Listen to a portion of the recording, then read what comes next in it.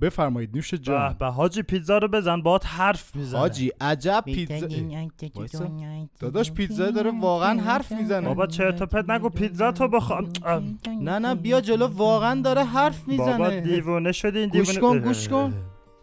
پنیرم میریزه تا دست میاری، نونم و نازش میکنی. آیه گارسون یه لحظه تشریف بیار یا ابوالفضل. الکی میزنی از مایونز و تو منو خالص میخوری. گارسون یه لحظه آخ هر کی هم پشت سرم بد بگر و دیدم چی کارش میکنی. داداش کاری نمیکنم.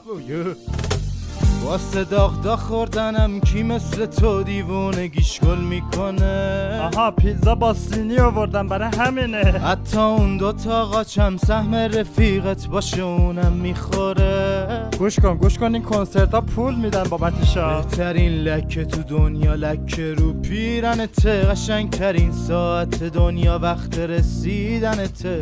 تو بخور که بهترین تصویر دنیا عکس خوردیدنته.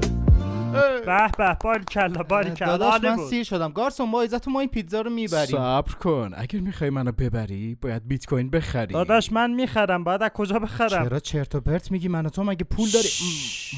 بهترین راش اینه بری نوبیتکس رفیق. آها دمت کم. داداش ترکی هم بلدی برامون بخونی؟